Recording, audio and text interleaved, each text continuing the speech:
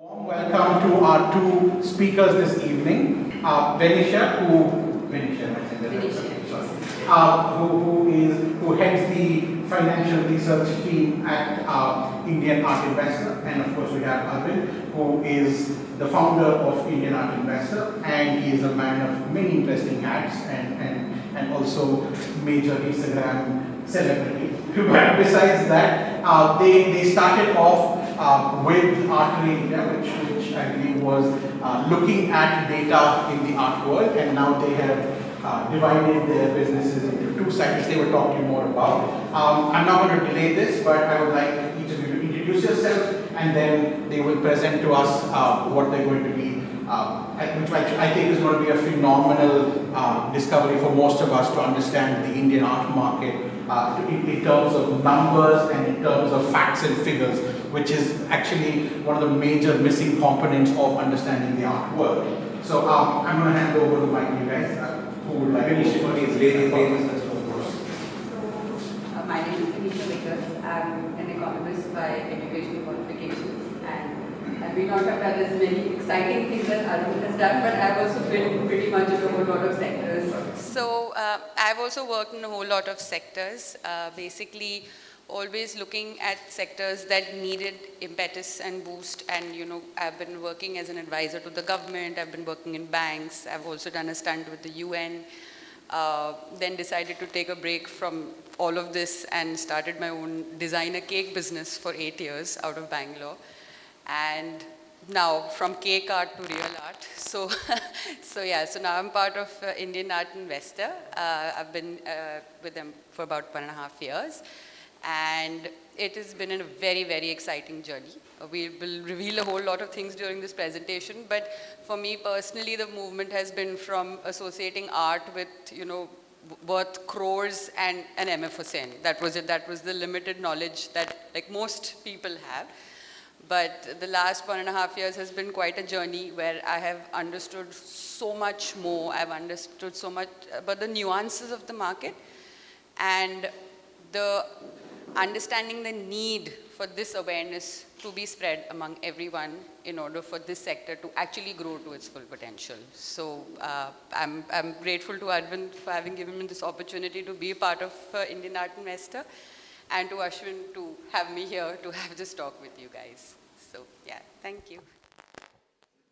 Thanks, Venetia. Well, let me just begin by, thanking Ashwin for this opportunity. I'm a reticent speaker, but when I am asked to speak on art, it's something that I could go on for hours about. So, hopefully you all won't have to suffer through it for very long. A little background on myself as requested. I was born to a family that in retrospect I realized was a huge privilege of career educationists in the art space. In fact, my father and mother met at the Madras College of Art, so I have a sort of vote of thanks to give to the city as well, because if it wasn't for art and Chennai, I wouldn't be here. So they met in the 1970s, got married soon after, and they moved to Delhi because my dad got a job with the Delhi College of Art in the late 1970s. I think for the first 20 odd years of my life, I had a very deep connect with the arts with no specific design. When you think about the 1970s, 80s, and 90s, it was a very convivial world. All the senior modern masters that one speaks of with such a huge line of awe, they were all uncles and aunties to me. I can't think of a single weekend in the 1980s, leading into the early 90s, where either someone was over at home for lunch or dinner over the weekend, or we were at their studio. So I had a fly on the wall sort of upbringing, where I was able to see artists at work, where I was able to see studios sort of flourish. And this was before finance had really sort of taken on the price position that it holds. Right now when you talk about art, you talk about this eye-bleeding number that a work is fetching. It was a purer time, it was a nicer time, so to speak. Now when I think about how I stumbled upon this career, and I literally did, I attribute it to what I would regard as serendipity. There was no design. In fact, I very, very clearly recall an instance when I was about 15 or 16, and it was one of these dinners at an artist's home, and I was asked what I intended to do. Before I could say anything, someone in the circle, very eminent artist, said, "Ye to artist banega. He's going to grow up to be an artist. What else?" My mom's a textile designer who continues to teach. So both my parents are deeply enmeshed in the art business, in the art world. I decided I'd do anything but be an artist.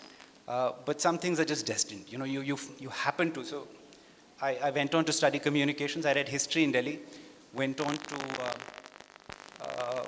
pursue communications. I worked in advertising for about 6 months, and as a 19-year-old, I hated it. I could not stand that world.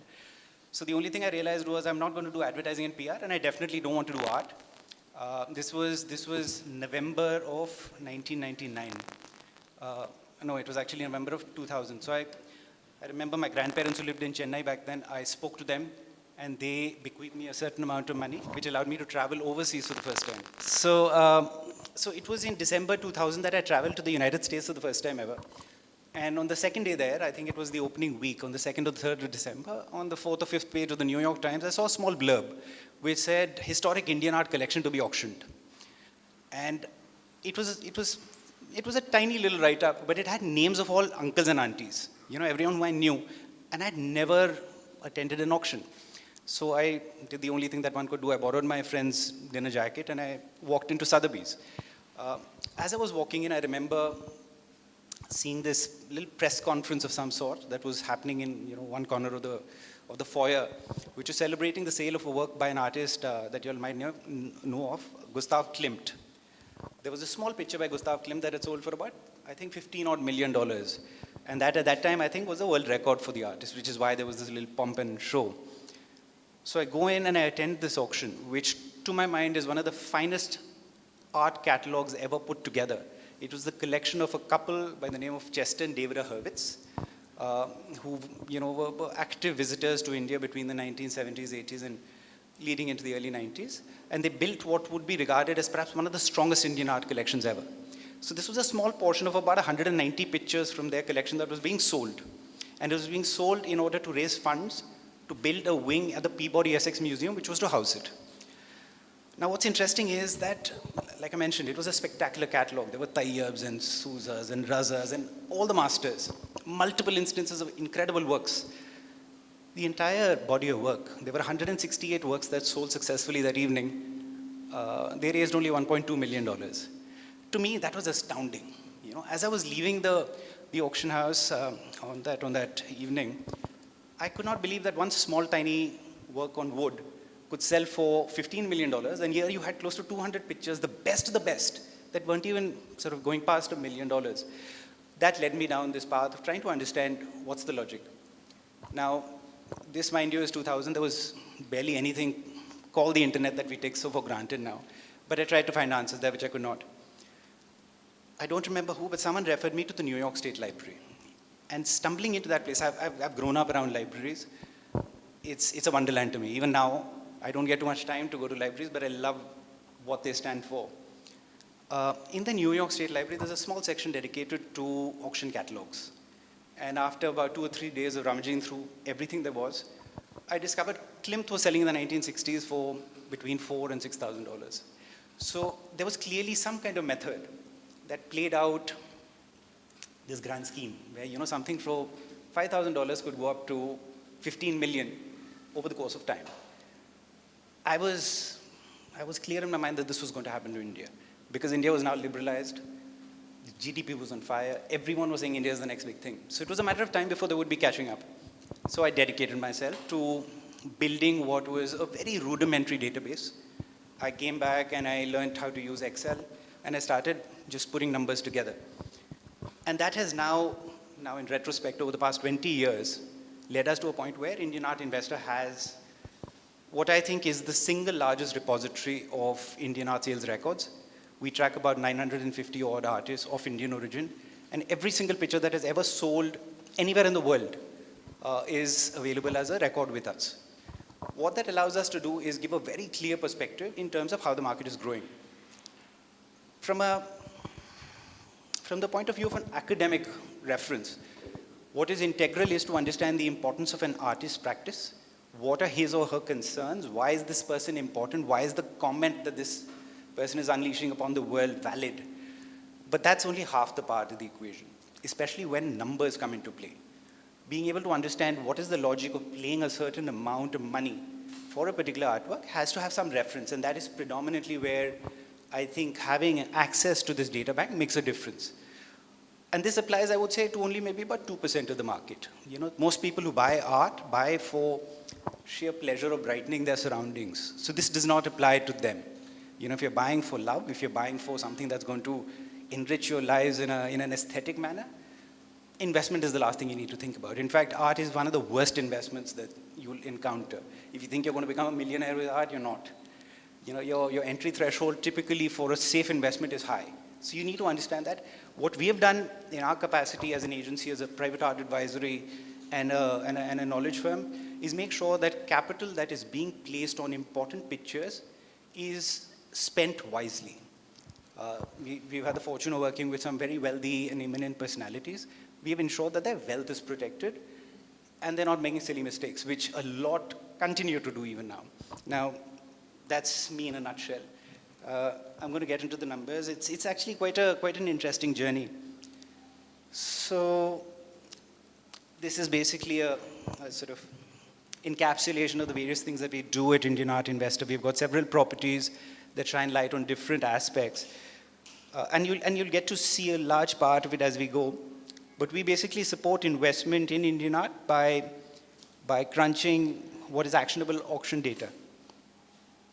Now, if you look at the market performance of the Indian art market, let's ask a simple question. This isn't a question, this is a statement. It says Indian art, it is a resilient asset class. I'm going to add a question mark to the end of it and say, is it indeed? For that, what we need to do is we need to look at how this market is shaped up. Now, if you look at what happens in the first, is this visible to everyone? I'm sorry, the numbers are a little fuzzy.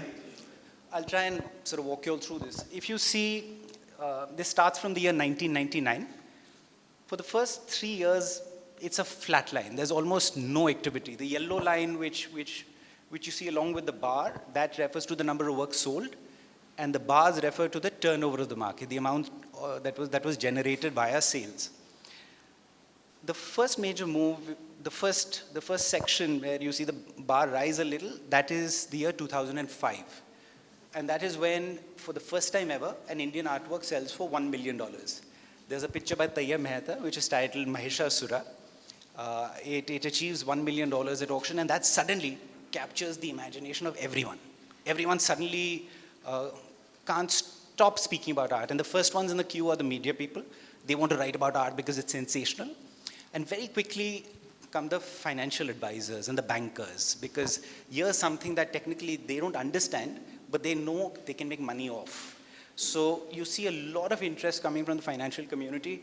And what you see resulting, if you see these two following bars, the ones where you see the market value go from about 80 crores collectively to nearly 600 crores over the span of 2 years, this is in large part because of speculative funds that are bought into the market by way of what I refer to as a monstrosity. It was something called an art fund, where bankers went to individual investors, asked them to put a certain amount of money, much like commodity funds and real estate funds work. They were able to convince people because art was the next big thing. They decided to hold the asset for only 3 years and hopefully flip it for what could be anywhere between 50 to 100% promised returns. That's the way these art funds were packaged and sold. It's entirely unlikely that even if the markets are doing extremely well, you'll ever be able to generate that kind of a profit. But this was the promise that the bankers delivered to the investors who they were taking funds from. So what you had was, you had this huge upswing of the market. Everyone suddenly wanted to be a part of it, and it was like a gold rush. Everyone thought that if you just buy a signature, irrespective of the work or the quality or the bearings, you'll do well. Now, what happens immediately after, and my apologies that you all can't see this very clearly, but you see there's a huge dip. That comes by virtue of the market meltdown of 2008. I don't know how many of you all were young enough and playing the market at the time, but Lehman Brothers collapsed in late 2008. You had the subprime mortgages that completely ravaged the economies across the world, and you had a major wipeout of wealth. As you can see, the art market goes down to less than half of its peak. And for the next couple of years, it dwindles. It's not finding its feet for a while now. But in retrospect, if you see the lean patch between 2011 to 2013, this was where huge opportunities emerged in the market because there were such incredible pictures that were being sold by the kilo, literally. There were art funds that had come and bought aggressively. Some of them had bought very expensive, but they were willing to let go of anything in order to just recoup whatever losses they had on books. So as a result, I would say I was one amongst maybe about a dozen odd operators within the business who saw the opportunity and were able to convert that. So what you have is you have a lean phase of about 4 years, from about 2010 to 2014. And after that, you see the market stabilizing to an extent. It starts picking up, and as you can see, it's right now, it's reached a point where in 2020, the market seems to soften, which is the last bar, which is lower than the previous bars. There's a degree of tentativeness because the number of assets being traded are going up, but the turnover is, not very promising. And this is the time where Project COVID unleashes itself upon the world. Uncertainty comes, looming. All industries seem to be under a bit of a shadow, and one doesn't know what's going to happen to the art world. What follows next, however, is nothing short of spectacular because the market shoots up further for the 2 following financial years. It goes to an all-time high. Now, there are several lines of logic that have been applied to it as to why this happened. One, which is very obvious, is people were sitting at home. They were bored witless. After 6 months of staring at blank walls, they said, let's start beautifying our surroundings. Let's do something that makes our lives look a little richer. Yeah, if we are going to be spending the rest of our 35 years of existence in our home, let's get some pretty art on the walls. That was one. 2 was, otherwise, in any given good year, you take a holiday, you'd buy a fancy sports car, you do things that make you feel good. Given that you didn't have any of those options available, art became one of those faculties that was always on the periphery, but no one really thought about. So people started spending money. It also is interesting to note that the number of artworks sold during this time go to an all-time high.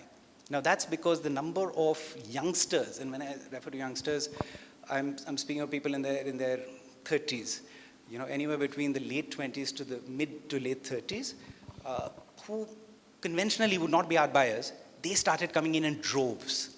You saw platforms which sell affordable art explode, simply because if you consider this millennial wave that most of us don't seem to understand, they're not about materialistic possessions, but they're about aesthetic experiences. For them, art is an important constituent. And if it means saying that I'm going to spend $80,000 on a work which I can look at and it makes me smile, so be it. So you see that come to occupy a very large parcel. Now the last bar that you see, which is colored differently, that's the turnover of this financial year, of which we've only completed 6 months so far. What's very interesting to note is this 6-month window has already surpassed the turnover of 2020.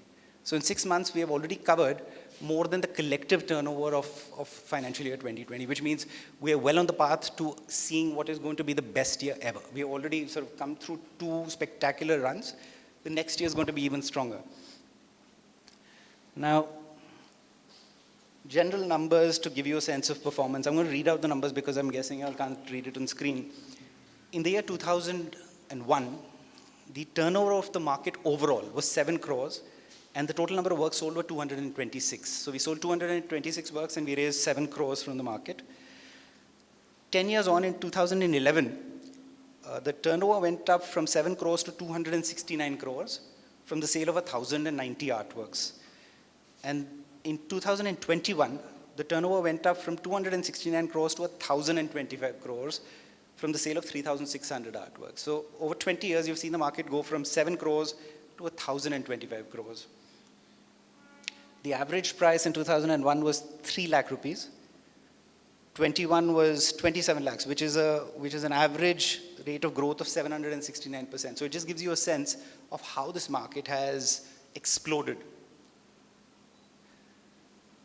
An indicator of explosion also sort of can be summarized by the 5 most expensive works. Now, if you look at the stock summary of the 5, at number 5 we have a picture by V.S. Gaitonde. This work sold for 39.5 crores.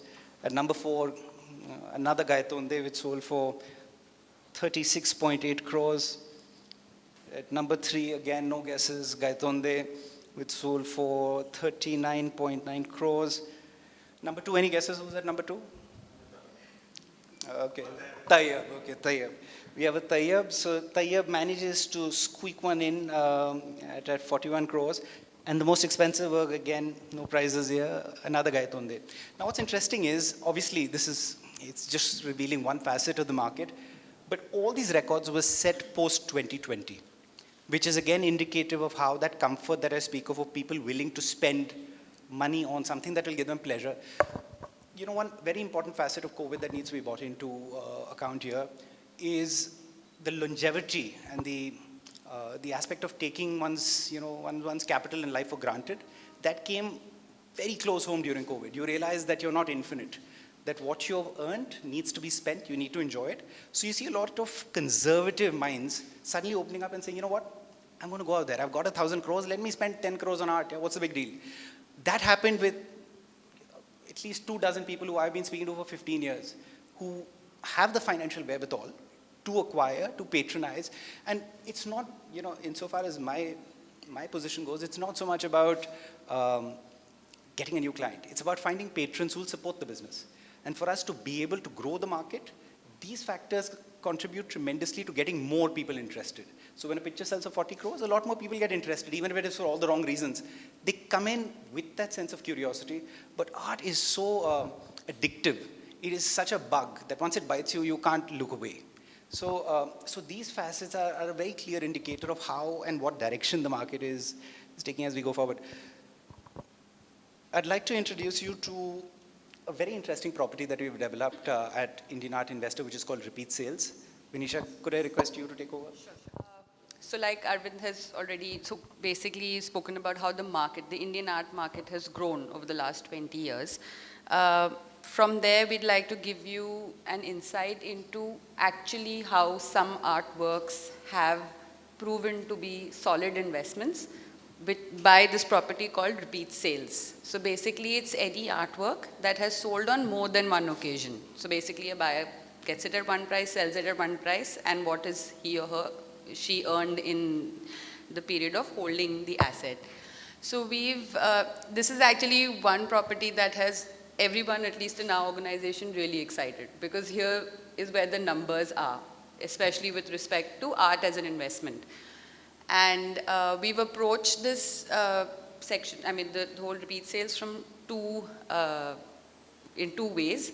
One is where we're talking about different price entry points. And one is where we're talking about different holding periods.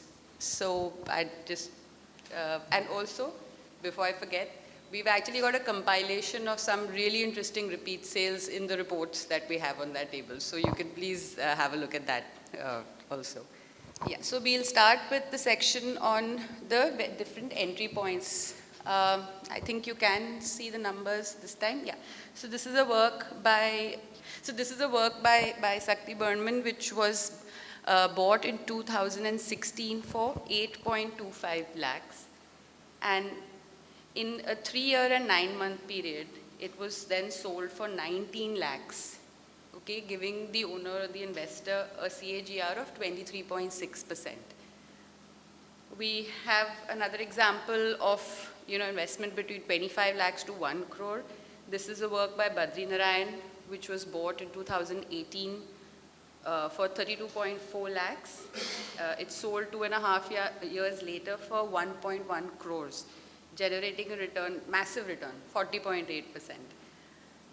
Similarly, so we're taking different price brackets, of course. So this is one which is between 1 crore and 5 crores.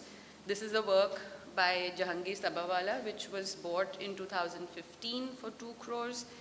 7 years later, in 2022, it sold for 7.2 crores, generating a 19.4% return. So these were examples of different price points. We've taken the higher side of the market, but this holds true for works at all price points. We now approach it from the holding period.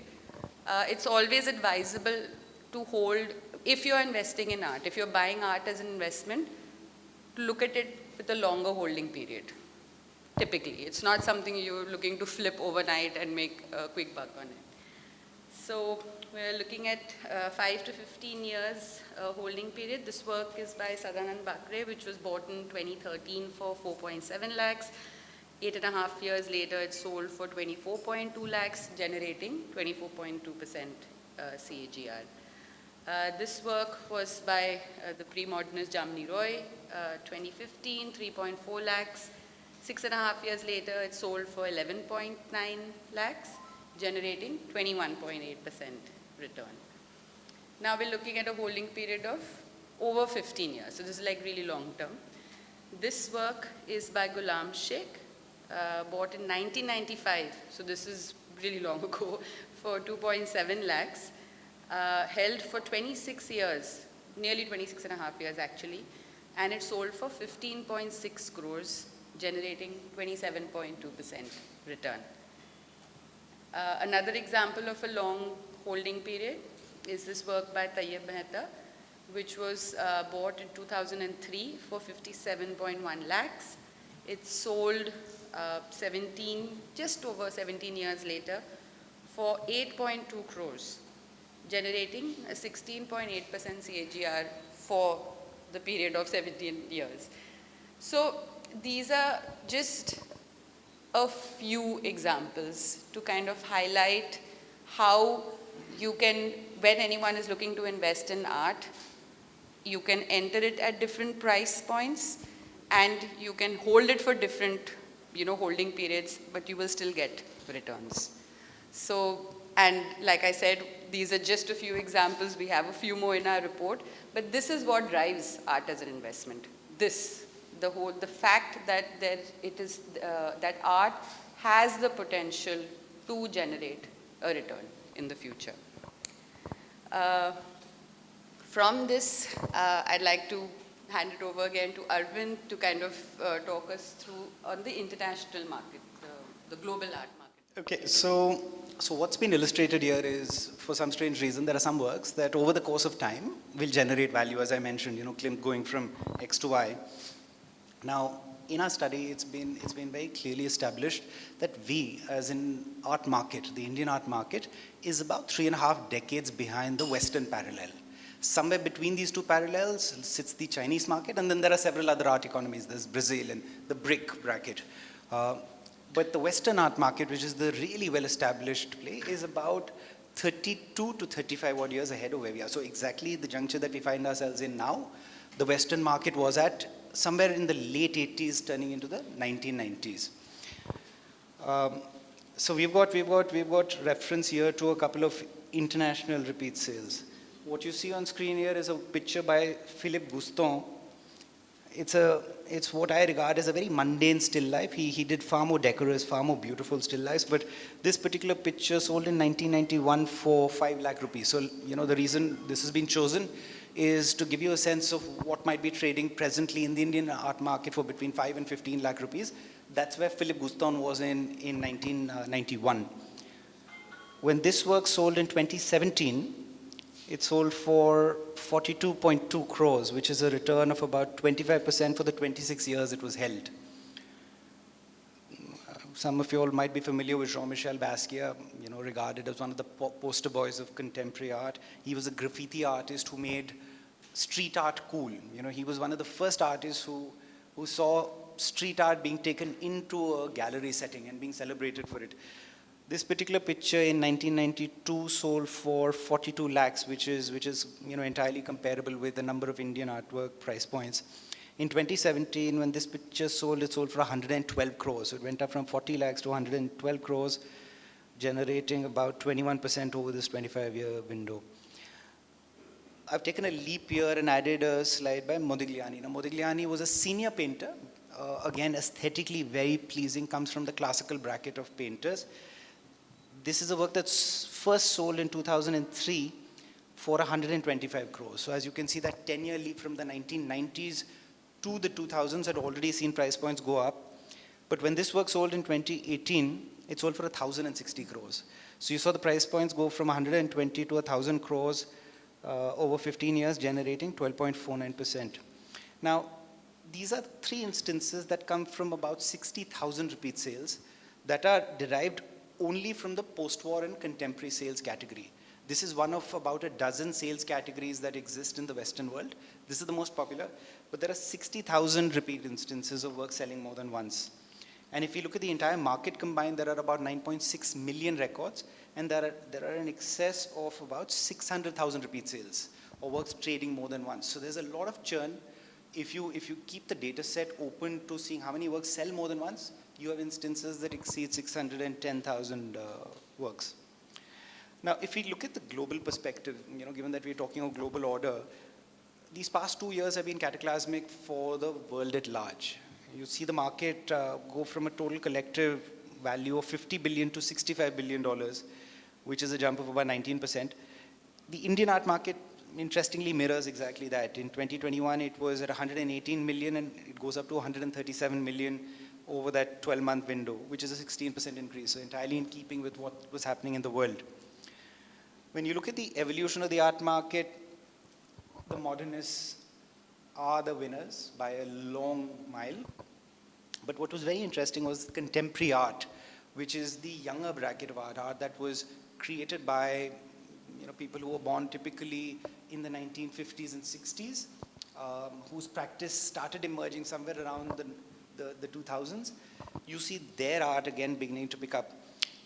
And this is mirrored in the finding that between 2021 to 2022, the turnover of the contemporaries goes up by double. It goes up from 21 crores to 42 crores, which is a very clear indicator that it's no longer the moderns who are holding the roost. There is a huge shift forward towards the contemporaries as well.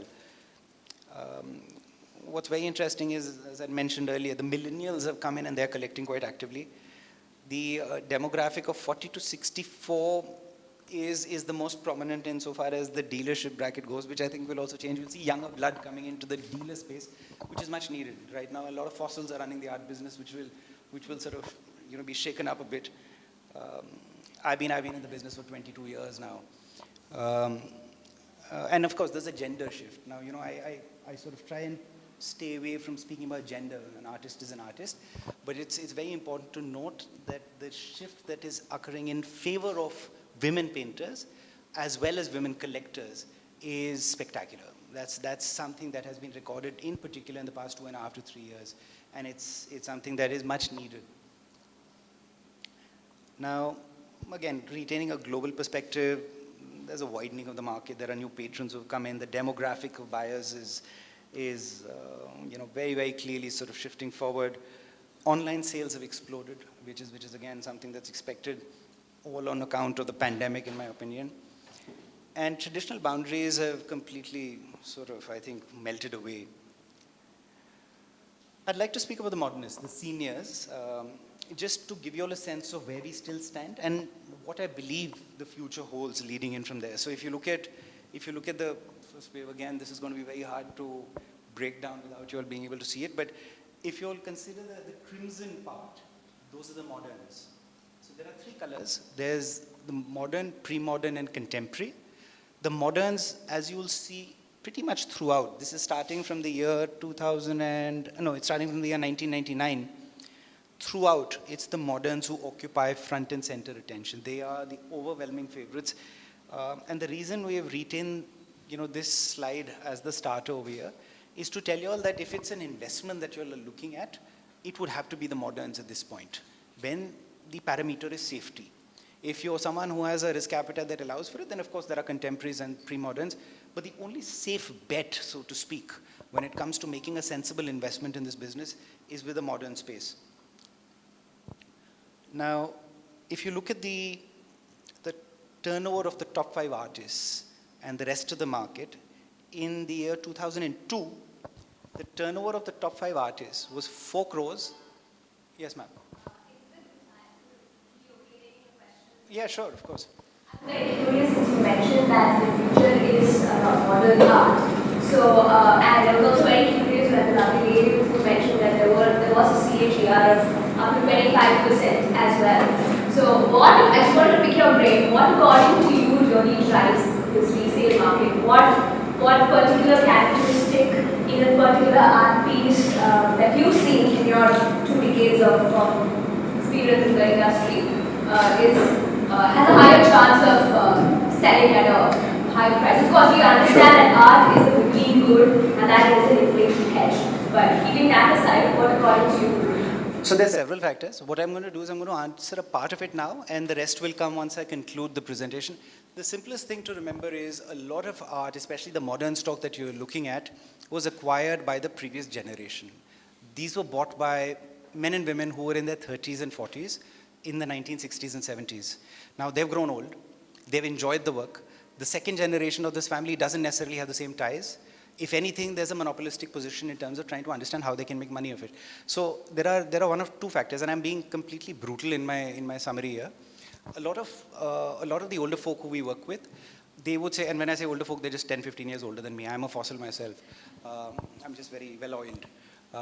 So the fact of the matter is most of them want works to go into safe hands. They don't want these works to be disregarded, gathering dust without anyone giving it the attention that it deserves. The fact that they can make a significant amount of money on it and then will it to their grandchild or create a trust or give it to charity just makes it sweeter. That's one of the key factors. Now, were they very astute investors? Absolutely not. In fact, do any of the wealthy people who buy these sort of exorbitantly priced artworks come across as investors? No. They've got businesses that get them the money. They don't need to invest in a painting to make money. They feel good about the fact that it's something that is protected. They feel good about the fact that the price has risen. Who doesn't enjoy the flaunt value of saying, man, I bought this for $10 and now it's worth 180. Look at what a genius I am. Everyone enjoys that kick. But that notwithstanding, investment is a removed word. The people who are selling today, and in all art economies, there's a generational transfer, which happens once every 30 to 40 years, where the present owner buys it, retains it, holds it, enjoys it. If the structure of that holding is not complex, then the transfer becomes easy. We have advised clients on creating foundations where the works are locked for 100 years. No one can touch them. Right? So that they're protected, so that they're insured. Every year there will be a maintenance and upkeep ratio that will be dedicated to running a museum, if so happens. But there are several measures that can be put in. So I'm going to get back into the presentation as I lose my flow. I hope I was able to answer some part of it, and I'll try and sort of address that as we go forward.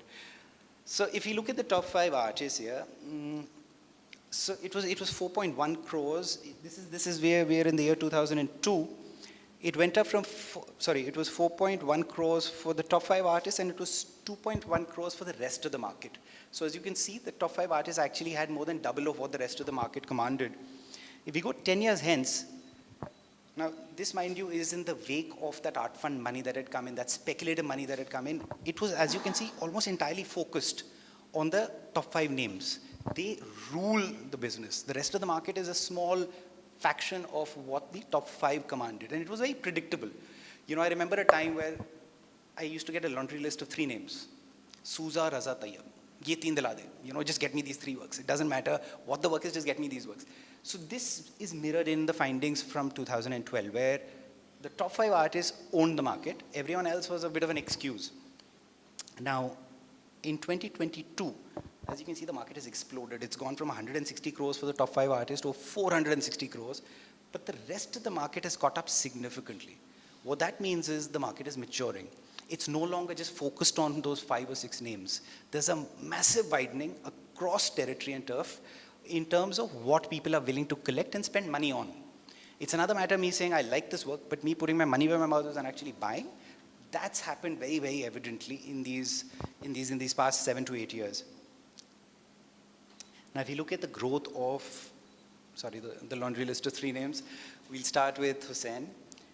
In the year 2001, his total turnover in the market was 2 crores. In 2012, it had gone up to 83 crores. That's a growth rate of 4,019%. If you look at Gaitonde, his turnover in 01 was 47 lakhs. In financial year 12, it was 95 crores. So from 50 lakhs to about 100 crores. That's a growth rate of 19,836%. Tayyab Mehta, in financial year 01, turnover was 40 lakhs. In 10 years later, it was 113 crores. which is a growth rate of 28,512%. So as you can see, the top 5 or 6 names that we speak of, they've exploded. So anyone who came in early in the day and acquired important pictures by any of these names, they've seen an incredible ascent. Okay. So continuing with the modernists, so Arvind's just kind of taken us on a 20-year journey and seen how they've grown from, how the journey has been so far for over a 20-year period, and it's obviously been very strong for the modernists. We do a further deep dive into just the last 3 years, because if you're investing in anything, whether it's real estate or any investment that you would wish to get into, you normally look at a 3 to 5 year window at least of the performance. So we'll also do that.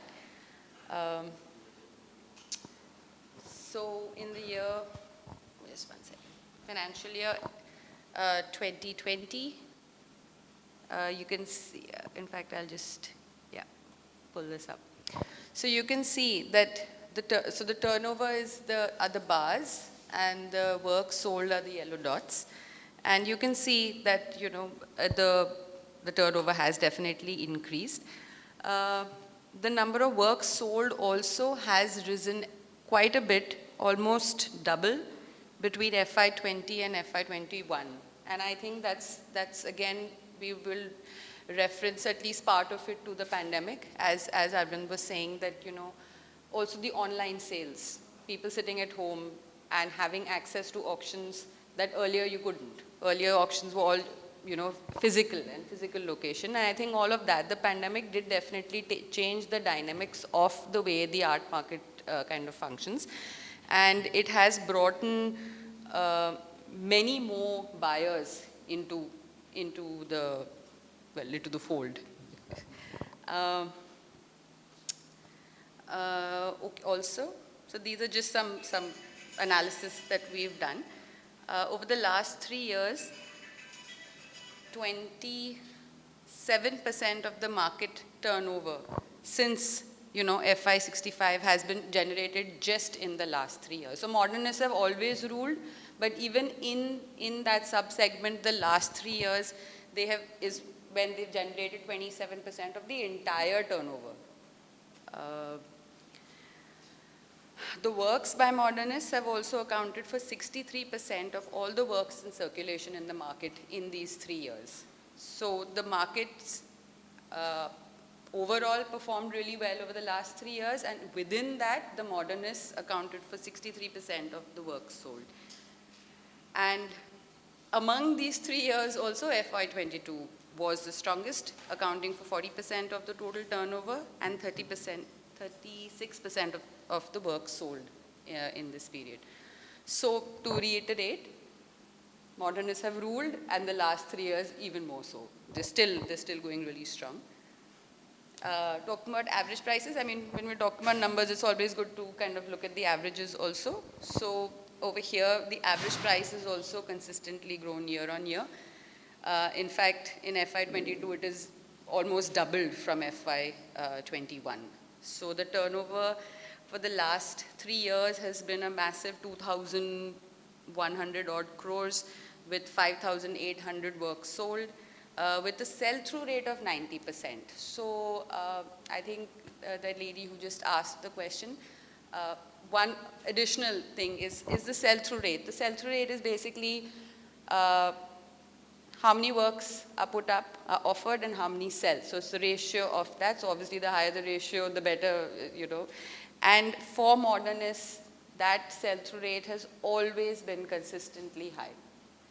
So when you're saying that how do you ensure that you get sale for it, that's one of the things that you already know, that if you invest in a modernist, the chances are that if you put it up for sale, you will get sale for it. Yeah. So, and the average price over the last 3 years has been 36.4 lakhs. Distribution by entry points. This is also an interesting segment that we get into. Basically, like I mentioned when I was introducing myself, we always associated art, or I used to associate art with, really, really high prices, crores, which, wouldn't be something that everyone would necessarily have access to. But over the last 3 years, we've kind of seen that change in the market. So we at Indian Art Investor, we basically have classified the prices into 6 tiers. So tier 1 is over 10 crores, any work that's over 10 crores. Tier 2 is between 5 to 10 crores. Tier 3 is 1 to 5 crores. Tier 4 is 20 lakhs to 1 crore. Tier 5 is 5 lakhs to 20 lakhs. And tier 6 is less than 5 lakhs. And it's actually the massive part of the market at auction in terms of the work sold. Number of work sold has been driven by the tier 6, which is less than 5 lakhs. That's where the market is exploding at the lower end of the price range. Of course, in terms of turnover, it's definitely driven by the higher works. So, 10 really high works will probably account for 200 of the lower end works. But the point is that the market is growing and becoming more holistic. There are more people entering the fold. So 53% of the works sold were in the tier 6, which is less than 5 lakh category. The average price for works by modern artists during this period stood at 36.5 lakhs. Yeah. So now while I've thrown some serious numbers at you guys, now I'm going to actually bring in Arvind, who is now going to explain to you also the challenges. It's not all hunky-dory. There are certain challenges that are there in the art market, especially when you're looking to seriously invest in artwork. Yeah, so challenges, I think we are now going through the throes. It's something that's been around and it's a part of every industry. What are the pain points? What are the hurdles that one faces, which have to be borne in mind? So the challenges of the art market. The first big challenge that most people speak of is illiquidity. And that is true. It applies to, I would say, about 95, 96% of all art that is ever sold. It will not resell again. It must be remembered. And okay, let's draw a big circle. A big circle refers to all the art ever created. It's only a minutiae of all the art that's created that ever actually sells. So now if you consider the portion of art that's actually selling, and that becomes your main circle, which is typically about maybe conservatively 7-8% of all art ever created. Within this, the amount of art that actually resells is a tiny, minuscule dot. What we, I said that there are 600,000 works that have resold, which are part of our repeat sales index. That's from 9.6 million records. So it's a minutiae, really, when you think about it in real terms. In the Indian context, nearly everything that is painted will very, very likely remain in that collection for posterity. It's not going to find a second taker. The parameters of identifying works that generate that collectible value, that interest from the next generation or from another buyer, those are given. Some of the names have already validated themselves. As I mentioned, we track about 950, 960 odd artists. There are 35, maybe 40 who are mainstream, who everyone knows of. There'll be another 100 that are now on the rise, who are beginning to rise up, of which give or take another 30 will be established. But there are about 700 artists who will probably be a flash in the pan. They will sell once, they may not sell again. So one has to bear in mind that it's never going to be foolproof. And in many cases, it mirrors any investment category. Not every stock you buy will ever do well. And with art, there's the aesthetic value, there's the intrinsic, attraction that you have for a picture that you may not feel. Something that I'm drawn to today, it's like a relationship. The woman that you were madly in love with 10 years ago, you can't stand the sight of today. Art is very similar to that in many ways. Or conversely, you've fallen even more madly in love with her today. So it depends, it varies. There are no fixed values in this. Illiquidity is a concern, I would say, which many are not entirely familiar with. They think that they'll go out there and buy a picture by Hussein, and that's it. Lo and behold, I have $1 million acquisition. It doesn't work as simply as that. You have to consider the rarity, the subject, the size, when it was created. What's the story that's sitting behind that picture?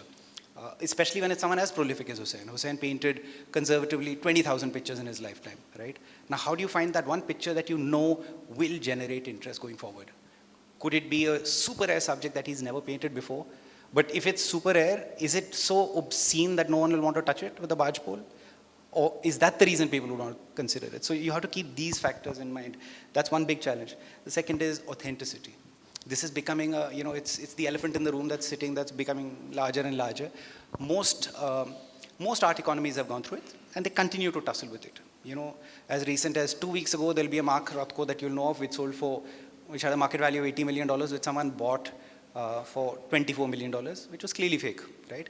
So gullibility and greed are two factors that are going to be unshakable. They will remain available in perpetuity across all markets. There will always be a Bernie Madoff who will be there to find a sucker who will pay money because he thinks he's getting a great deal. When it comes to the Indian art market, where I'll give you, I can throw so many examples, and I'm sure Ashwin, if I call him up on stage, he'll dazzle you all with even more fascinating stories. But there is an instance of a work being taken to an artist who was 80-some years old. It was a picture that was supposed to have been painted when he was in his 30s. He looked at it and said, "This is not my work." It later turned out that he was cutting his own birthday cake with that picture behind him at that collector's home, which was pulled out from the family album. So there are instances where the artist himself doesn't recognize his work. So there are all kinds of aspects that have to be borne in mind. Authenticity right now is also driven by estates of artists, where the son or the daughter, depending on how they're wound, will sign a document saying, yes, this is authentic. It may well not be. But all these factors need to be kept in mind when you're buying an artwork. So you need to be protected. You need to buy, I think the greatest safeguard one has is buying from someone you trust, you've had a relationship with over the years, someone who comes with a certain bent of work ethic, which is unshakable. And beyond that, something like an auction, for instance. While I'm not saying auctions are above board always, but you're buying something that's published, that's in the public domain, chances of it being challenged are a little more slimmer. So that's the second concern. This is a very important factor of being able to identify the right price point. What is the right price range? If you buy an exceptional picture, but you pay 35% too high for it, that destroys the investment capability of that asset in the short term. Long term, sure. One of the first things that I tell anyone who I work with is buy for your grandchild, especially when I'm speaking to a 24-year-old. The longer you hold the work, the better it will be for you. The higher the potential rate of growth on that particular picture. Most people do not resell. Like when I look at my own books, we probably sold only about 5% of all stock that we bought. I'm hoping that we'll get access to some of the pictures that we sold 15, 20 years back to collectors because they've grown exponentially. But the key is always to hold on for as long as you can. So if you buy a great work at too high a price, that kills the value. Or if you buy a very average picture and pay market value or below market also, it's pointless either ways. So you have to be able to identify A, the quality of the asset, and B, the right price to pay. And that requires homework, that requires diligence. So you could come to a specialist agency like ours, or you could sit down with books yourself and try and sort of establish what you believe to be fair. Collusion is part of every industry, where people get together, realize that there's money to be made, there's an IPO coming up, let's buy stocks, then we'll dump it 3 weeks later. Games are played, and the art market is also similarly rife with many such plays. If you see the books over 10, 15 years, you will see wherever there were plays, there were sudden superstars who came and then disappeared, So this is part and parcel of every industry, and it's something that you have to be a little wary of. So when you see someone sort of dramatically rising, you see a meteoric rise, that maybe there's something that you need to be a little wary of. Payment modalities. Now this is something that if anyone over here has ever bought real estate, payment modalities, aadha check mein, aadha cash mein, all of those. So those are part and parcel, particularly from the sell side. The sellers of artworks usually want payment by way of cash. That's a big pain point. Every single person we work with will only do a wire transfer, will only do a transfer by an EFT, if you will. This is something that is a major pain point for getting the two dots to connect, typically if you're doing a private market sale. And taxation, capital gains. I don't know if any of you all have been bitten by the capital gains concern yet, but if you've tried to sell a work that your father or mother or grandfather or grandmother purchased, you will see that the amount that is accrued in terms of capital gains on it is exorbitant. So that is something that has to be factored when you're looking at the investment value of an asset. I think these are the primary challenges. I think, Vinisha, I want you to sort of. So in continuation from the challenges that are there, we then go into when you are looking to invest in art, what are the kind of, the factors to be kept in mind? There are a lot more. We've just kind of kept it to a smaller, simpler list. So first of all, of course, your budget. You need to identify how much, the quantum of investment that you're looking to make in art. You must understand that art should only be a part of your overall investment. It's just a way of diversifying your existing investment. And even within your art portfolio, it should be a diversified portfolio. So typically, you look at, a mix of modernists, pre-modernists, and contemporary artists. And when you have a budget in mind, that will then help you allocate, towards your artworks. You'll know, okay, X amount is what I can put aside safely. Like Arvind said, art is got a liquidity issue. So you're not going to get returns overnight in 1 year or 2 years. It's going to be put away. So it's not something that, it's an amount that you can comfortably put away and forget about for a few years and then be very happy when you get returns after some time. So that's the kind of, you have to keep those things in mind when you're looking at your budget. The time duration. Like I said, it's not a very liquid asset. You're looking at medium to long term for a reasonable return. So you're looking at a 5 to 8 to 10 years, or like Arvind said, for your grandkids, in which case, forget about it. You're not going to kind of, see any returns immediately. And also, right now, in fact, I was discussing this just a little while ago with Arvind, like all the data that we've been seeing, that we've been collecting we have the data bank on all artworks that have been sold, Indian artworks that have been sold in India and abroad. And there are works that are, coming up for sale very quickly and money is being made on it. And I think when there is a lot of interest in the market and a lot of people ask us, so how do you invest in art and, how do we make money and how do you identify the things? We keep telling everyone, you must understand and you must accept the fact that the way this market really functions is long term. If you make money short term, good for you, but don't enter it with that thought that I'm going to put in my money and I'm going to make money in 6 months or 1 year or 2 years. Enter it knowing that this is for the long run. Here also, the overhead and incidental expenses, like any other investment that you make. You buy real estate, you've got to pay property tax and you've got to pay maintenance and everything. Similarly, even for artworks, there are overhead expenses. So starting from, maintaining the artwork itself. If it's an expensive artwork, you may need to go in for insurance. If you're buying a lot of artwork and you're not going to be putting it up on display in your own house, then you may need to look for storage options as well. And then, of course, eventually when you do look to sell the artwork, you're probably going to hire someone to assist you with that, whether it's a dealer, whether you're going to go to an auction house or whatever. There will be, and they typically charge some amount of commission. Of course, art is delicate.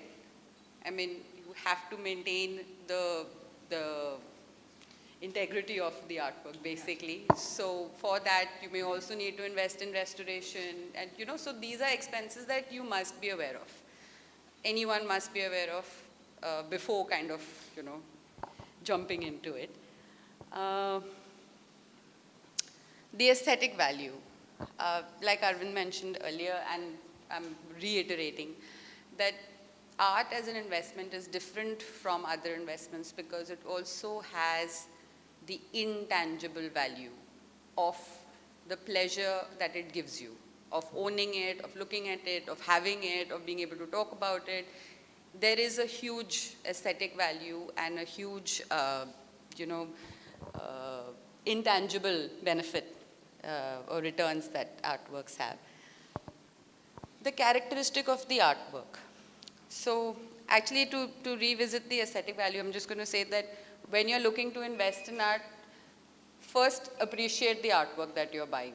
Because you, like Arvind said, you need to have it, and you may fall in love with it more or start hating it, so you might as well pick something that you already know you really like. Don't, go in for something just for the heck of an investment or return. Coming to characteristics of the artwork, here's where the market comes into play. So till the fourth one, it's pretty much your own things. It's your aesthetic values, it's your budget, it's, you realize, okay, you need some, you're looking at a certain amount of time for investment.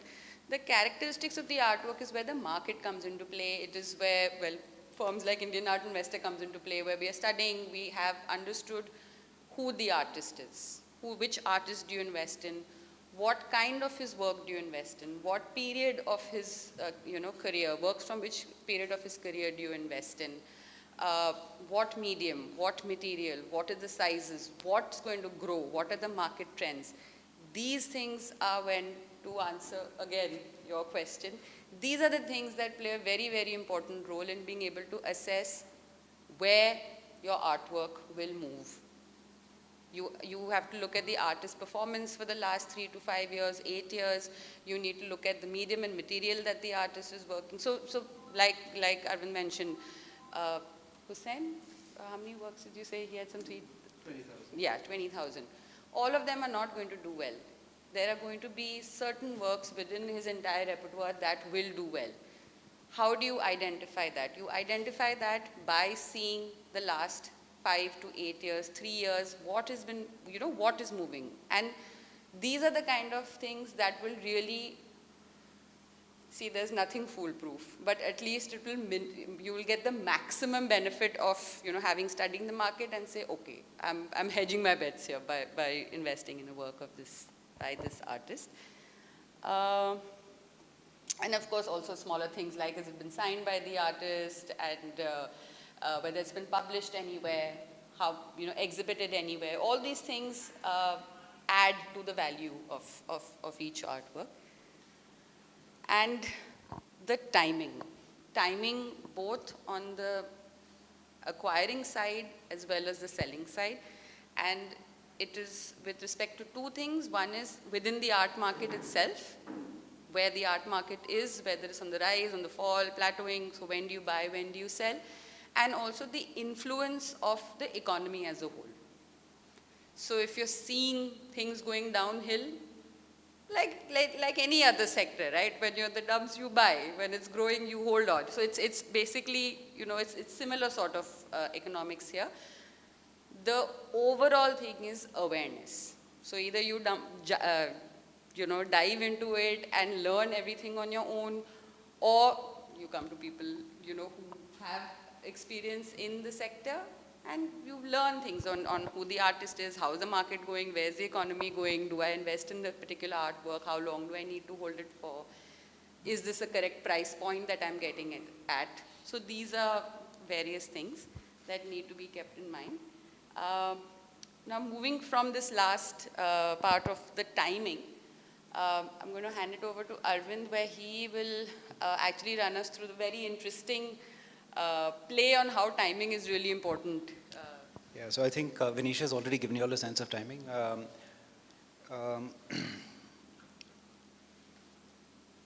Now, again, sorry, another graph.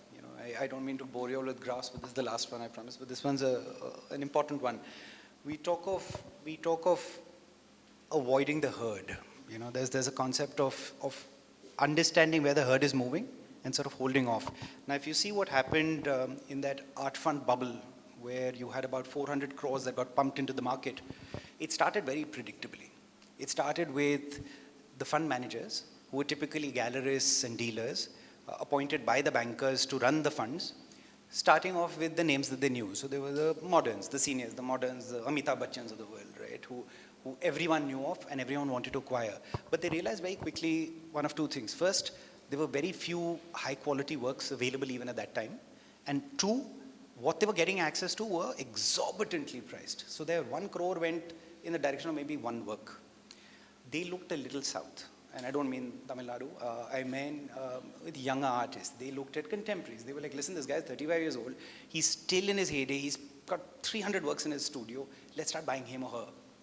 And that translated into contemporaries becoming the superstars. Suddenly you had all these young, flashy kids wearing, fancy shoes, flying first class all over the world because art fund money was beating down their doors. And it's during this time that, now this is the year, I'm sorry, I also have to squint, I'm growing old clearly. In 2008, this picture by Subodh Gupta sold for 5.7 crores. This is the most expensive Subodh to have sold on record. This is the prime of the art fund wave. The same year, this particular canvas, it's a large format canvas by TV Santosh, sold for 2.8 crores. This is when the contemporaries were the flavor of the season, so to speak. What followed was the ravaging of the market, the subprime mortgage wipeout. In 2011, when we were pretty much close to the bottom of the barrel of the market, a similar sized work by Subodh came up. The picture that sold for 5.7 crores, a similar picture came up, it sold for 70 lakhs. In 2012 end, TV Santosh work of exactly the same size came up, it did not sell. This is a picture that had sold for 2.8 crores earlier. But during this time, there were other opportunities that came up. So, this is where timing matters. The market's barreled out completely. In 2009, this particular picture, which you clearly can't see, it's a painting by Gaitonde, came up, it sold for 2.8 crores, which to anyone's merit was an absolute song. There was a large format realistic work from the realism phase by Ram Kumar, which failed to sell. It had a reserve of 18 lakhs. It did not sell for 18 lakhs. It was sold post-auction for 12.2 in 2010. And a monumental work by Hussein, which was actually a historic picture. It was shown at the Sao Paulo Biennale, widely traveled, widely celebrated, monumental triptych, which sold for 2.6 crores in 2011. So when the market was down in the dumps, there were these opportunities that came up that astute individuals who were being advised by a few people who knew what was going on, purchased. As you know from the 300 slides I've shown you before this, the markets rebounded, they grew exponentially after that again. Now, the work that sold for about 10 lakhs by Ram Kumar went on to be sold 2 years later in 2013 for 50 lakhs. This monumental canvas that I speak of by Hussein, which sold for 2.6 crores, in 4 years sold for 10.6 crores. So there was 8 crores of value that was generated on that in like a 4-year window. And the picture by Gaitonde, which sold for 2.8 crores in 2009, sold in 2018 for 15.4 crores. These were pictures that I must add were sold reluctantly. These were pictures that were used as testing the market opportunities to see whether there's value. The individuals who've seen this kind of growth, seeing a 2 crore become a 15 crore in a very short window, seeing a 2 crore become a 10 crore again in a very short window, they're sworn for life now. Now, these are people who have tasted the upside of the market. They probably burnt their fingers as well, as many have. But they've also understood the metrics of what it takes to successfully navigate this domain.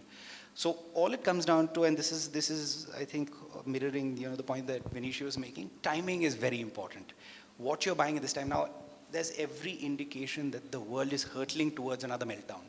That we're going to, over the next 1 to 1.5 years, see another similar sort of post Lehman Brothers collapse. That environment is upon us. Inflation is already touching skyrocketing highs. There's a war in one part of the world, and we seem to be still dancing to Bollywood tunes. But if this is upon us, this might be a great time to just be ready for opportunities that might come up. What's gratifying also is that the market benchmarks have dropped significantly. There's a lot of trading happening in the sub 5 lakh rupee market, which is for the first time ever. So it's a market that's maturing at various levels. Will there be sure shot winners across the board? No, definitely not. There will be another wipeout of a lot of capital if it's irresponsibly played out. But we've got every sign to suggest that a significant part will also do very well. So, I think that's the one thing to keep in mind. Vinisha, why don't you conclude on? So I know I myself couldn't see those artworks, so I'm guessing you all couldn't either. But I guess you got what Arvind was talking about here. It's about the timing. If you time it correctly, you can sell it at a good price. If you time it correctly, you can buy it at a good price. Otherwise, well. So, yeah, and so I think this was pretty much it. We just wanted to kind of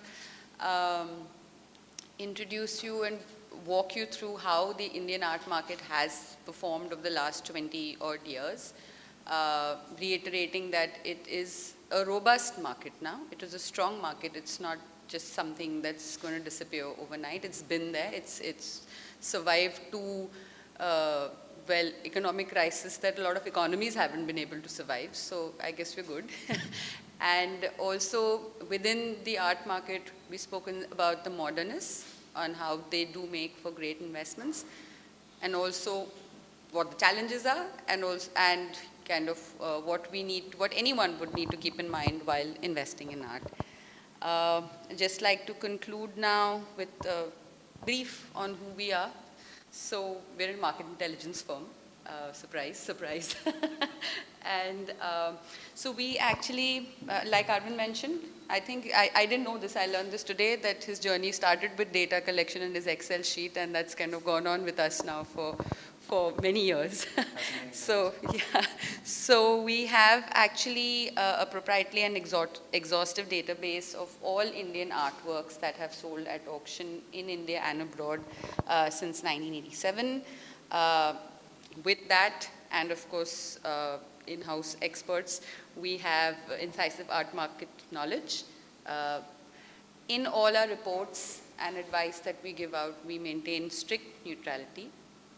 And of course, we maintaining a meticulous standard of research and diligence in order to bring to you the best advice that we can on the Indian art market. So that's us in a nutshell. Thank you very much. It was lovely being here.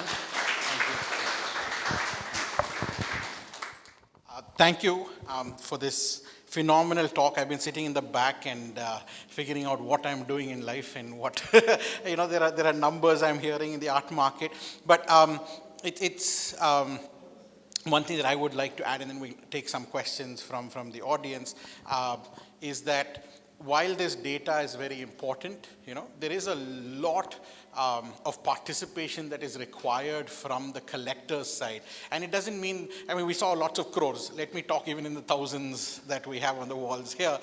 Even if you're doing that, it requires quite a bit of interaction, investigation, participation with galleries, with artists. So there's all this going, so that you develop, while there is intelligence in terms of numbers, you also need knowledge in terms of what is going on. And when you club the two, basically take an art advisor, gallery like us, and somebody like the team from Indian Art Investor, put that together, and of course you do hard work and earn money and have a big disposable income, then I think it's that's the definite path to success. That said, a small plug, December 3rd, now that you know about investing in art, December 3rd is our auction of modern and contemporary art on ashritas.com. You can register, sign up, buy. This time it's actually a very, very good catalog of very well-priced works by moderns, many crores, in the few lakhs, high quality masters, just 25 lots, but a phenomenally put together catalog. Thank you, and we'll open up for questions. Please raise your hands, and we'll pass the mic around. So a couple of quick baby elephants in the room. One is a case study. I represent a couple of artists' estates, and I saw two, shall we say, not authentic works at a leading auction house. Pointed it out to them 48 hours before the auction. They ignored my calls, they ignored my messages. 24 hours after it sold, they came back to me and said, why was it not authentic? And I said, I have intimate knowledge of the works. So this, I lose sort of faith in the industry, and it is the leading, I won't name names, you know what it is. So the question then comes to my mind is it good for me that they sold at, shall we say, within the investment band? Does it help my cause? Does it not? How do we react to that? That's one thing. And second thing is that works today as an investment class, I don't think I can go to the bank and draw money out of it or loan it. I'm not so sure now you say top 5 is okay, but let's say the second lot, Paritosh Sen, for example, G.R. Santosh, can we quantify their value to get money out of it like any other asset classes are the two questions I want to ask. To the first question, if these artworks performed well. Now, I'm reading this purely in an objective light. I'm not getting into the authentication of this. If they performed well, and you hold, let's say, 5 pictures by this artist, it's good for you, right? It's impacted the overall positive curve for the artist. And while it's distressing to know that someone who you would otherwise champion as, you know, one of the mainstream players in this business is also sort of, you know, indulging in hanky-panky, you have to look the other way. That's my reading.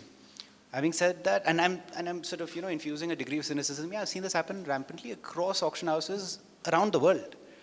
This is not new. Even up until last week, there will be a Christie's auction catalog which would have withdrawn 2 works, or will go ahead with a sale despite 4 experts standing up and saying, because they believe otherwise.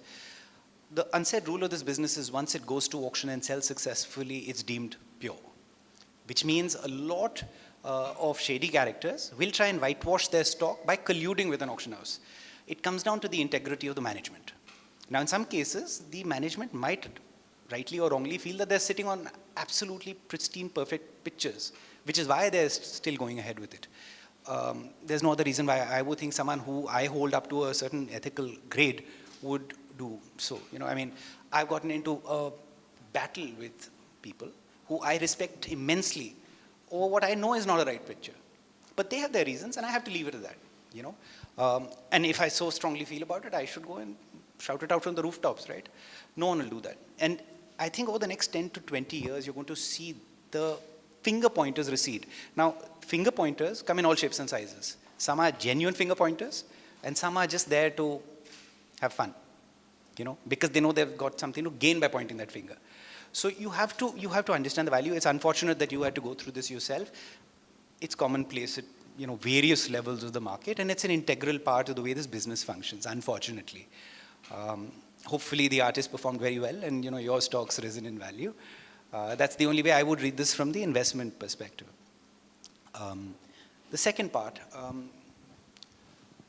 collateralization is a challenge.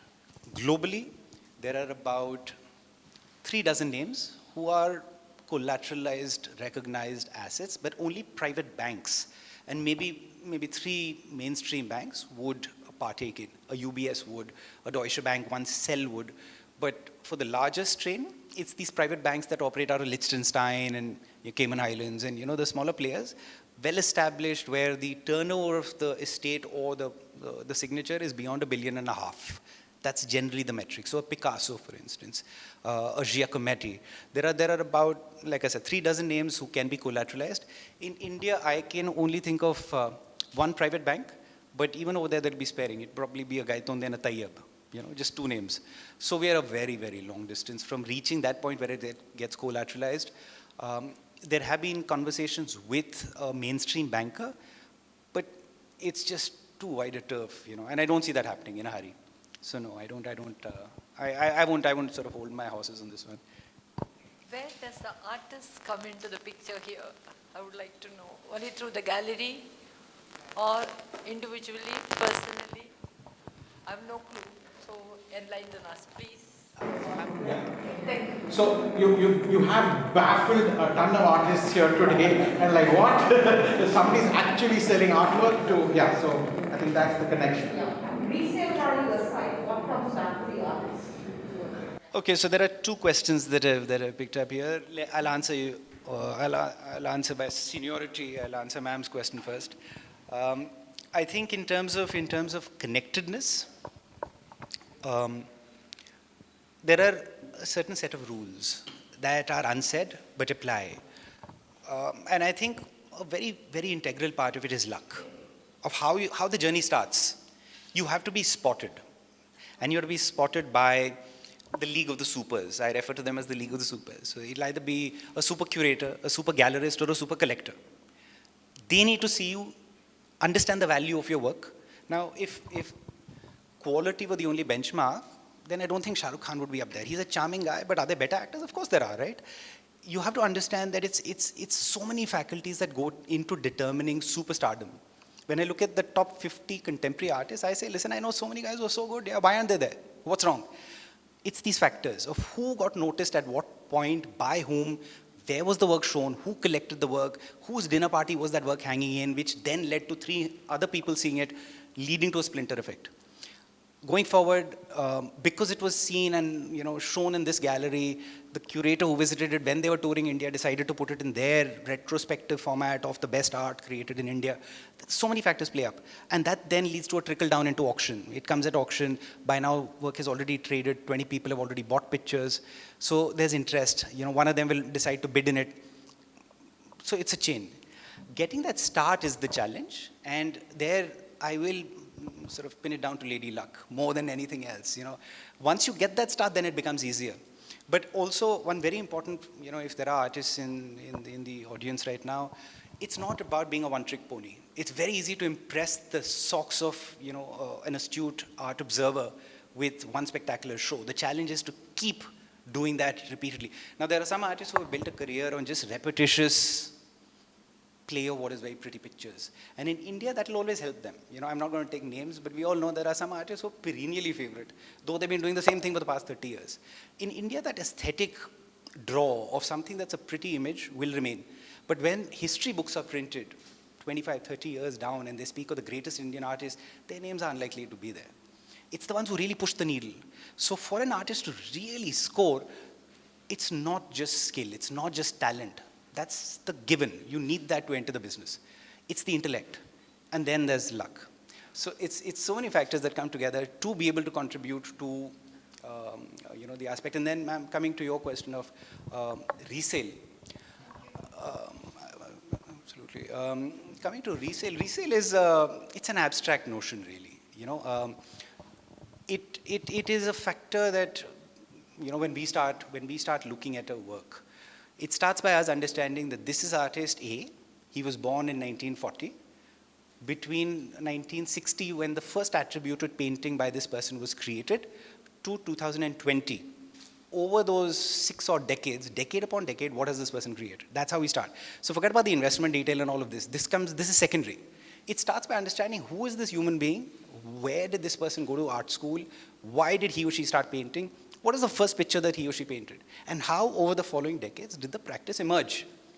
Is it the same repetitious tripe that's been going on and on? Or is there a mind that's fertile and working, right? And if it is, which was the sweet spot in that career? Which was the decade where he or she hit it out of the park? And with every artist, you'll realize there is that one inflection point from where it explodes, where the artist discovers what he or she is about. Understanding that is the starting point. You have to understand that moment. And with every great artist, I mean, Hussain is a bit of a shapeshifter because he was always painting.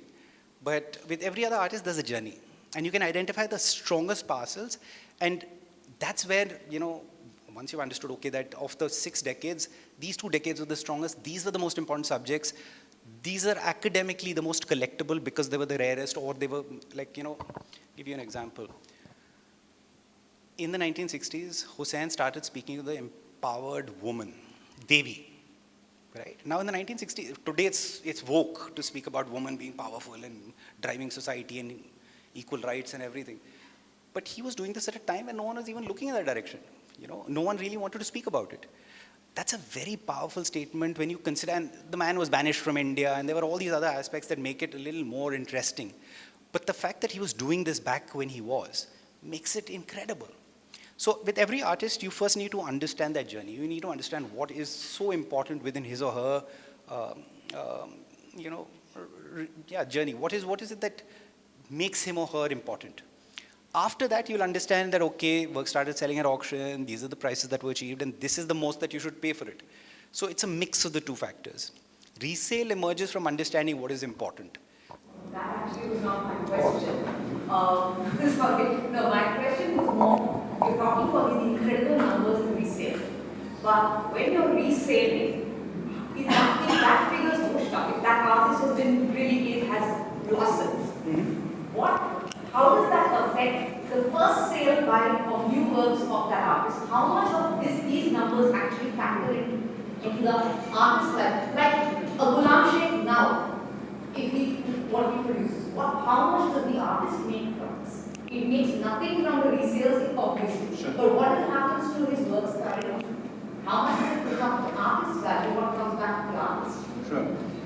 So there. And a second question before we go anywhere else. All that you've spoken about is to 2D art on the wall. I would like to know about 3D art as well. A very large section of the art that is, in this exorbitant bracket is created by artists who have passed on. So it's unfortunate that they really will not see any pleasure in these numbers in the real sense. Some of the estates might benefit because collectors go to the estates and ask for works that might still be in their ownership.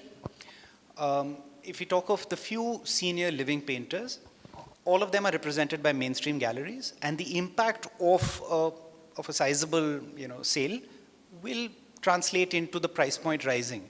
If you look at someone like Mr. Rameshwar Bruta, if you look at Mr. Ghulam Muhammad Sheikh, if you look at Mr. Kishan Khanna, any of the senior painters, I'd go out on a limb here and say that the qualitative renders today are in no manner comparable with their finest pictures, as is understandable. It's an 80-year-old hand, it's a 90-year-old hand, right?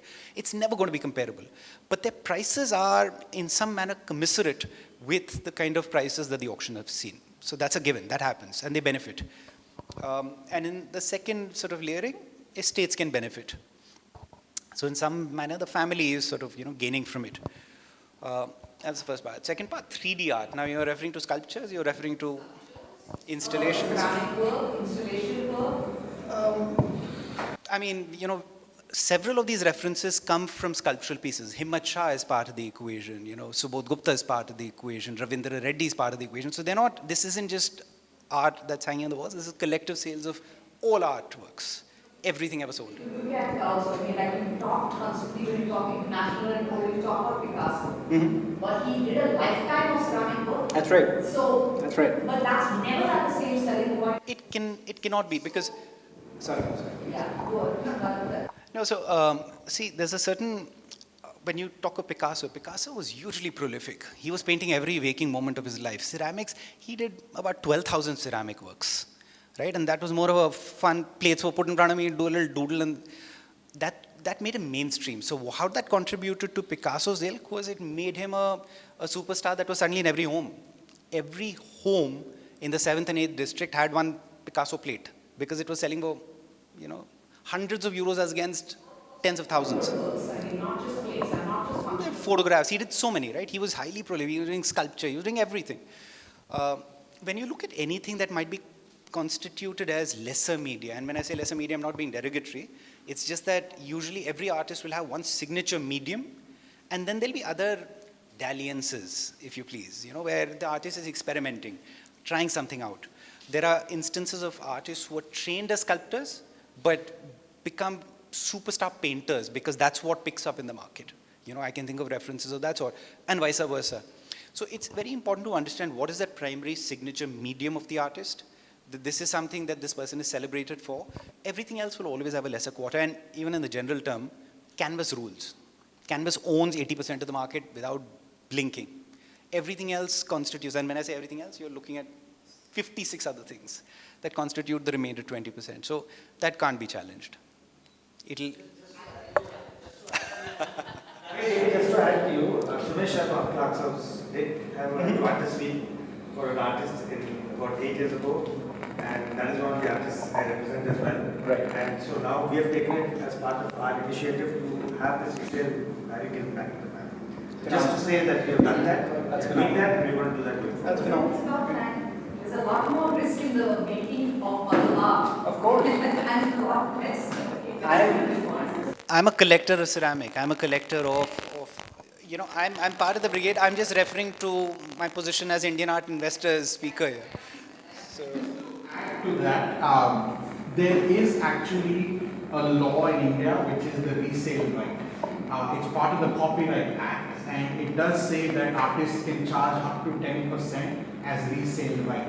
However, implementing that resale right is with the artist, and if you as an artist go to an auction house and say you owe me 10%, they will never sell your work from the next year onwards. That is the thing. So now, but although I'm not saying that threat is the answer, but if enough artists get together, you can. In Europe and in America, there is a body called BACS, and any artist who is registered with that body, including Picasso down, Indian artists like Raza and Souza, because they live up in Europe, they do enjoy resale like rights. So if you look at Christie's, any of these catalogs, you will mention, it will say that X percentage will be charged above premium, above hammer towards resale rights. So it does exist.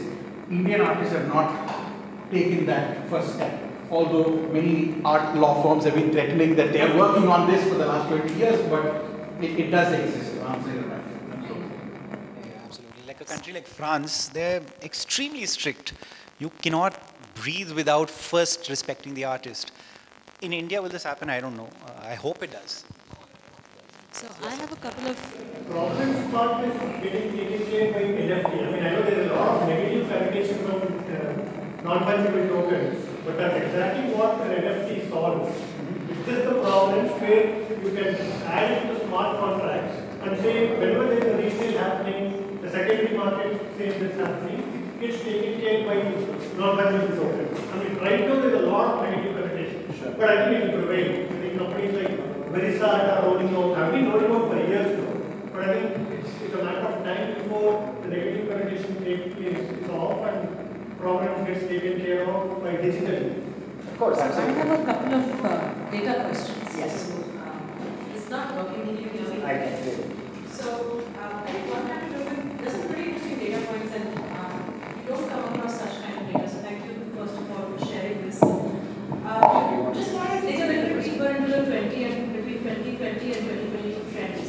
You spoke about this exponential growth in online sales. I wonder how much data you have on who is purchasing in terms of location, gender, age group. I think that also points to some interesting trends. And my second point, several questions are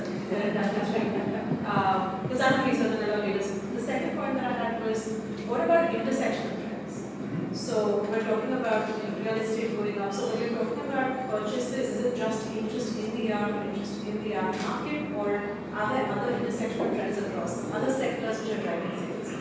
Policies, as a matter of fact, and my third question is simply about non-individual driven art creation market, which is craft-based market and community-based market. What is the space around that when it comes to purchases, retention, and resale, which this data does not show much of. Curious to see what stories that is actually. Okay. Yeah. So, to answer your first question in terms of, so it's auction data that we have. So, okay, I'll just take a step back. So basically, it is extremely difficult to track any movement in the private art market. You can't. There are no records, or at least not significant enough that we can actually have a database of it. So what we do at IAI is we are all our database is linked to only auction sales. Now the restrictive part of that is that we don't really get details on who the buyers are, and that information is not in the public domain. But having said that, we also conduct our own surveys, and last year we had done a private market survey. And in that we had learned that, so I think Arvind touched upon it also, in terms of there is a gender shift, and there is a shift towards younger people also now investing in art. So earlier, typically, people who were very seriously getting into art purchases and acquisitions would be in their 40s and, above. But now there are people even in their late 20s who are getting into it. Now, what is driving that? Especially over the last 2 or 3 years, like we said, it's the pandemic, it is access. So, ma'am, also to answer your question, marketing oneself. Unfortunately, now nothing is restricted to you just having a skill. You also have to learn how to market your skill, and that's the kind of world that we live in. But anyway, so going back to what I was saying, so there is an increase in the women purchasing art, which would also probably be led by women now being more independent financially, also taking being interested in stuff outside the house also. I mean, we've grown, so that's happened. Secondly, the disposable income has gone up significantly in the last 10 years. And the third is definitely the impact of the pandemic, people sitting at home and having access to art literally at their fingertips. So these are the three things in terms of, I mean, if that answers. Location, as in where are the Location is a little difficult for us to kind of really pick up on. I'm guessing it's still driven majorly by metros. I mean, in terms of when we track who are accessing our reports and our data, that's driven a lot by metros. So I'm guessing that this would also be it. And given that online sales, so online sales accounted for 96% of sales in 20 and 2021. And it's accounted for 83 or 88% in 22. So the fact that it's online means that, you know, it would probably be tier 1 and tier 2 cities. So if that answers your first question. I have completely forgotten what your second and third questions were, so if you could just tell me, please. My third question was about the craft market, and my second question had to do with just understanding intersectional trends that are true. Okay. So the intersectional trend, again, like I said, disposable income has definitely played a huge role in increased investment, purchasing of art. I wouldn't really use the word investment because all purchase is not investment. Secondly, the real estate boom has happened. When you have a real estate, you want to do it up in a nice manner, so that would also, you know, affect that. Third is a lot of awareness has happened. A lot of awareness. In fact, during the pandemic, a lot of people were buying art because of a sense of wanting to do something for a community, you know, which was again driven by a lot of marketing by artists online. So, you know, it's kind of the whole circle. But these things have definitely made a difference. With respect to the third question of yours, ma'am, actually we are only tracking fine arts sales. So I wouldn't really be able to give justice, you know, to that question. But yeah, so our data is restricted to fine arts, whether it's paintings or sculptures. But yeah, that's...